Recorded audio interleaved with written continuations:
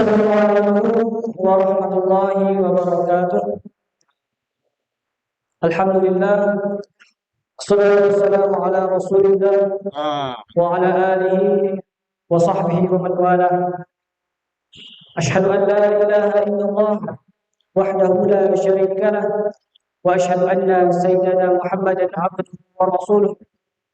Allahumma shalli wa sallim wa barik ala sayyidina Muhammadin wa ala alihi wa sahbihi wa man tabi'ahum bi ihsanin ila yaumiddin.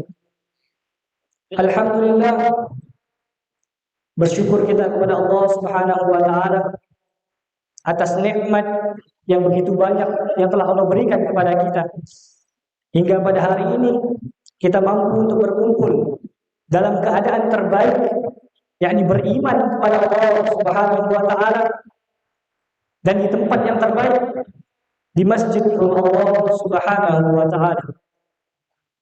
Salawat serta salam kepada baginda Nabi besar Muhammad sallallahu alaihi wasallam sebagai bentuk ungkapan rasa cinta kita kepada beliau dan sebagai bentuk pengharapan kita agar mendapatkan syafaat uzma dari baginda Nabi besar Muhammad sallallahu alaihi wasallam dengan ucapan Allahumma shalli ala sayyidina Muhammad wa ala ali sayyidina Muhammad. Jemaah sekalian yang dirahmati Allah Subhanahu wa taala dan teman-teman semua, yang saya hormati Ketua Ikatan Dai Indonesia Kabupaten Bitung, Bapak Kriswanto SPD, dan Bapak semua yang dirahmati Allah Subhanahu wa taala. Teman-teman semua, sedikit saya akan membahas tentang bagaimana Islam dan kehidupan. Agama Islam mengajarkan kita produktif. Kita diperintahkan oleh agama Islam untuk bekerja, untuk mencari nafkah, untuk menghasilkan karya-karya. Akan tetapi di sisi yang lain, agama Islam memerintahkan kita untuk apa? Untuk beribadah kepada Allah, untuk mengingat Allah, untuk taat kepada Allah Subhanahu wa taala. Lalu bagaimana kita mensinkronkan kedua hal yang seolah bertolak belakang? Maka kita kembalikan kepada hakikat penciptaan kita. Yakni apa? Wa ma khalaqtul jinna wal insa illa liya'budun. Apa kata Allah? Tidaklah aku ciptakan jin dan manusia kecuali hanya untuk beribadah kepada Aku. Oleh karenanya jemaah sekalian, bagaimana kita menjadikan setiap aktivitas kehidupan kita bernilai ibadah di hadapan Allah Subhanahu wa taala. Ada beberapa poin yang disebutkan oleh para ulama kita agar menjadikan aktivitas keduniaan kita, aktivitas kebiasaan sehari-hari kita bernilai ibadah di hadapan Allah Subhanahu wa taala. Yang pertama apa? Yaitu niat yang lurus karena Allah Subhanahu wa taala. Pentingnya kita berniat seperti halnya yang sudah dibahas oleh Ustadz kita saat kajian IKADI setiap malam Kamis, hari Rabu malam Kamis, yaitu hadis Arba'in Nawawi yang pertama, innamal a'malu binniyat wa innamal likulli imri'in ma nawa, dan seterusnya.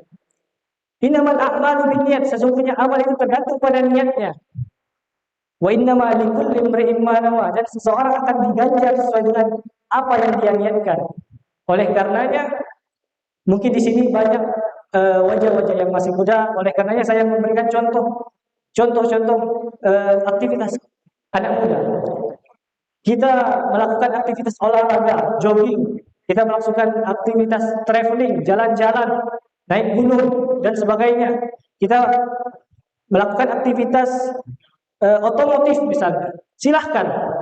Tetapi ingat, kita niatkan karena Allah Subhanahu wa taala, maka itu bernilai pahala di hadapan Allah Subhanahu wa taala. Dan niat ini bisa menjadikan hal yang biasa menjadi ibadah dan menjadikan ibadah bernilai maksiat di hadapan Allah Subhanahu wa taala. Contohnya seperti apa? Misalnya kita berolahraga, kita jogging, kita niatkan karena Allah agar kita kuat, agar kita sehat, agar mampu untuk beribadah kepada Allah, kita tidur, kita beristirahat, kita niatkan karena Allah agar kita bisa bangun subuh, berjamaah di masjid, maka itu bernilai pahala di hadapan Allah Subhanahu wa taala. Begitu juga sebaliknya. Teman-teman semua, saat kita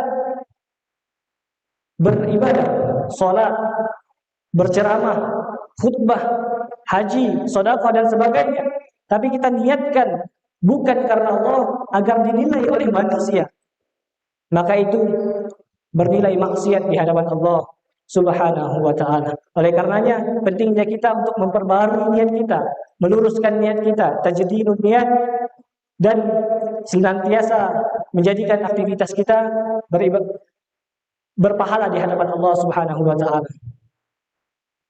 Teman-teman semua, poin yang kedua adalah memperhatikan syariat Allah, memperhatikan hukum-hukum Allah Subhanahu wa taala. Walaupun niat kita baik, niat kita murni karena Allah, tetapi saat eksekusinya, saat praktiknya itu bertentangan dengan syariat Allah, maka itu bernilai sia-sia di hadapan Allah Subhanahu wa taala. Seperti halnya kita bersuci, seperti halnya kita membersihkan hadas, tetapi dengan air yang najis, dengan air yang kotor, maka itu bernilai sia-sia, tidak ada gunanya. Oleh karenanya kita pentingnya untuk selalu menuntut ilmu, memperhatikan hukum-hukum Allah Subhanahu wa taala, mumpung masih banyak guru-guru kita sebelum ilmu itu dicabut di muka bumi ini. Dengan cara apa? Ilmu itu dicabut dengan meninggalnya ulama-ulama kita. Kami merasa kehilangan salah satu guru kami dan juga ayahanda kami, Bapak Irwan Akhyar. Beliau meninggalkan kami. Beliau mengajarkan kami Al-Quran. Guru pertama saya Al-Quran. Beliau menjelaskan dengan baik setiap ba'da maghrib, mengajarkan kami Al-Quran. Tetapi beliau diangkat, beliau telah dipanggil oleh Allah Subhanahu wa taala.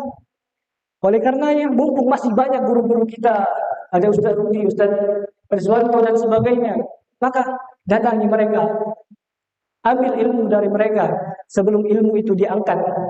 Oleh karenanya jangan sampai karena kebodohan kita tidak mengerti syariat Allah, maka kita melakukan hal-hal yang sia-sia di hadapan Allah dengan niat yang baik, akan tetapi eksekusinya tidak benar dan tidak sesuai syariat Allah Subhanahu wa taala. Dan poin yang terakhir jemaah sekalian adalah senantiasa kita berdoa kepada Allah dan bertawakal kepada Allah Subhanahu wa taala.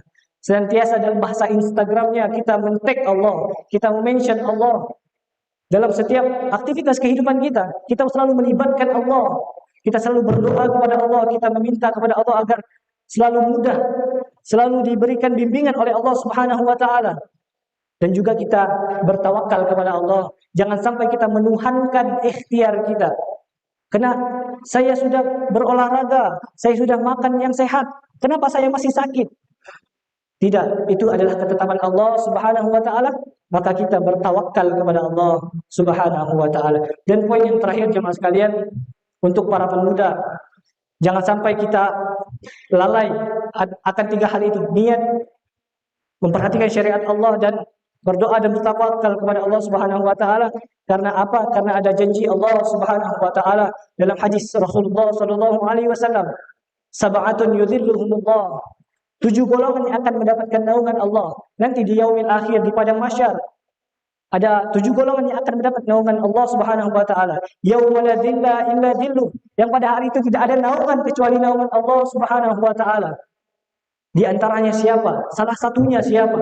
Adalah syabun nasya'a fi ibadatillah, yaitu pemuda yang tumbuh dalam beribadah kepada Allah Subhanahu wa taala. Mumpung kita masih berada di fase itu, mumpung kita masih berada di masa muda, maka kita kuatkan diri kita untuk senantiasa tumbuh dalam beribadah kepada Allah Subhanahu wa taala, dan semoga kita termasuk di dalamnya. Barakallahu fikum. Mohon maaf jika ada kesalahan. Itu yang bisa saya sampaikan. Wabillahi taufiq wal hidayah. Assalamualaikum warahmatullahi wabarakatuh. Barakallahu fikum pada Anda tadi. Beliau adalah putra dari almarhum Allahyarham Bapak Iwan Ahyar ya. Kita bacakan Al-Fatihah untuk almarhum. Al-Fatihah.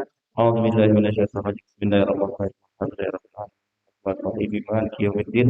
Iyyaka na'budu wa iyyaka nasta'in. Ihdinas siratal mustaqim. Shiratal ladzina an'amta 'alaihim ghairil maghdubi 'alaihim waladdallin. Semoga beliau diampuni dosa-dosanya dan amal ibadahnya diterima oleh Allah Subhanahu wa taala. Amin.